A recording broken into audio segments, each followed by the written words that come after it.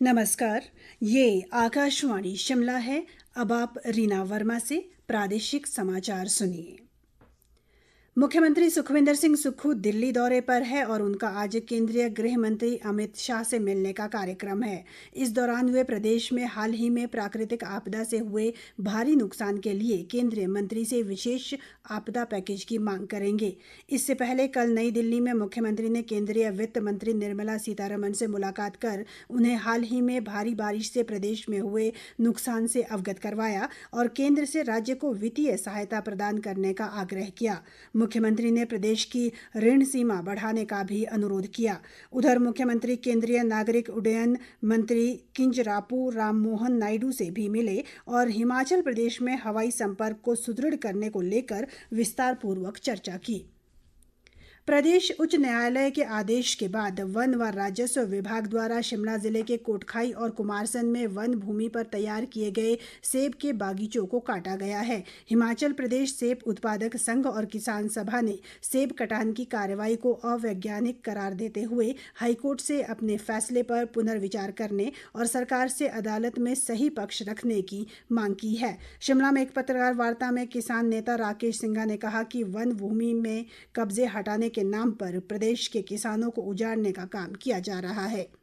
माननीय उच्च न्यायालय से उम्मीद करते हैं कि जो अपने मोशन पर ऐसा फैसला उन्होंने दिया है उस पर वो पुनर्विचार करे, जिससे जो पेड़ का कटान है वो समाप्त हो। पेड़ का कटान हिमाचल प्रदेश में खास तौर पर जो सबसे बड़ी आर्थिकी है सेब की, पेड़ कटना का मतलब है हिमाचल प्रदेश का स्वयं कटना। हिमाचल प्रदेश की सरकार का दायित्व बनता था कि जो प्रस्ताव उन्होंने विधानसभा में पारित किया वो प्रस्ताव केंद्र सरकार को भेजेंगे, लेकिन हाई कोर्ट में ऐसा पक्ष नहीं रखा गया। ये बहुत दुर्भाग्य है। दूसरी तरफ राजस्व व बागवानी मंत्री जगत सिंह नेगी ने कहा है कि वन भूमि पर सेब के पेड़ों के कटान को लेकर जो लोग प्रदेश उच्च न्यायालय के फैसले पर सवाल उठा रहे हैं उन्हें कानूनी पहलुओं पर ध्यान देना चाहिए। लोगों ने 2008 से लेकर आज तक जब इन एफआरए कानून का उसके तहत अपने दावे पेश करने चाहिए थे, मैं समझता हूं कि शायद वहां पर कहीं पीछे रह गए होंगे लोग। आजकल जो हाईकोर्ट के फैसले का इम्प्लीमेंटेशन किया जा रहा है तो फाइनलिटी पर है और ये ठीक है। सरकार ने अपनी तरफ से कोशिश की। आज भी माननीय उच्च न्यायालय में इस विषय में एडवोकेट जनरल ने जो है एक एप्लीकेशन मूव किया है और उन्होंने रिक्वेस्ट किया था कि जो सेब के पेड़ है इसमें कुछ समय के लिए फल निकालने तक रखा जाए, परंतु कोर्ट ने ये मानने से इनकार कर दिया। किन्नौर जिला की प्रसिद्ध किन्नर कैलाश यात्रा आज से शुरू हो रही है। श्रद्धालुओं की सुरक्षा के लिए प्रशासन ने पुख्ता प्रबंध किए हैं। इस बार यह यात्रा 45 दिन कर दी गई है, जबकि इससे पहले 15 दिनों के लिए ही होती थी। समुद्र तल से करीब 6050 मीटर की ऊंचाई पर किन्नर कैलाश पर्वत दिन में कई रंग बदलता है। इस साल भी किन्नर कैलाश यात्रा तांगलिंग गांव से ही शुरू होगी। यात्रा के लिए सभी श्रद्धालुओं को पंजीकरण पत्र व चिकित्सा प्रमाण पत्र लाना अनिवार्य होगा। तांगलिंग से यात्रा के लिए सुबह 6 बजे से दोपहर 1 बजे तक ही अनुमति होगी। यात्रा के दौरान श्रद्धालुओं के लिए सभी जरूरी चिकित्सा सुविधा उपलब्ध करवाई जाएगी। तांगलिंग, मेलिंग खट्टा और गुफा के पास स्वास्थ्य टीमें मौजूद रहेगी। जिला प्रशासन ने श्रद्धालुओं की सुरक्षा के कड़े इंतजाम किए हैं। यह पूरी यात्रा मौसम पर निर्भर होगी। आकाशवाणी के लिए किन्नौर से सुमेश नेगी। प्रदेश में मानसून के सक्रिय होने से अधिकांश क्षेत्रों में वर्षा का क्रम जारी है। मौसम विभाग ने आगामी 20 जुलाई तक प्रदेश के अधिकतर क्षेत्रों में भारी से बहुत भारी वर्षा का पूर्वानुमान जताया है।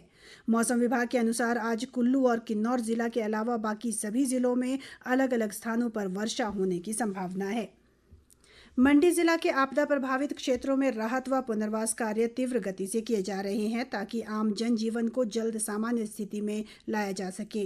अतिरिक्त जिला दंडाधिकारी मदन कुमार ने बताया कि प्रभावित क्षेत्रों में फंसे लोगों को सुरक्षित स्थानों पर पहुंचाया गया और उन्हें तत्कालिक राहत स्वरूप खाद्यान्न सामग्री और अन्य जरूरी सामान उपलब्ध करवा दिया गया है। इसके अतिरिक्त स्वास्थ्य विभाग द्वारा 3 आपातकालीन चिकित्सा किट, विभिन्न दवाइयों व इंजेक्शन के 62 बॉक्स चिकित्सा अधिकारी जंजैहली, बगस्याड़ और करसोग को भेजे गए हैं।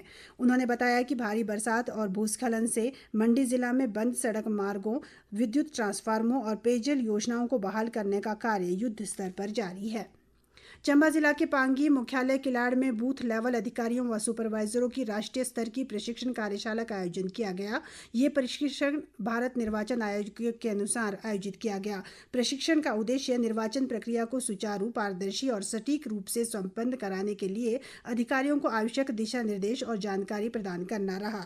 इसी के साथ ही ये समाचार बुलेटिन समाप्त हुआ। हमारा अगला बुलेटिन आप सुन सकते हैं दोपहर बाद 3 बजे। नमस्कार।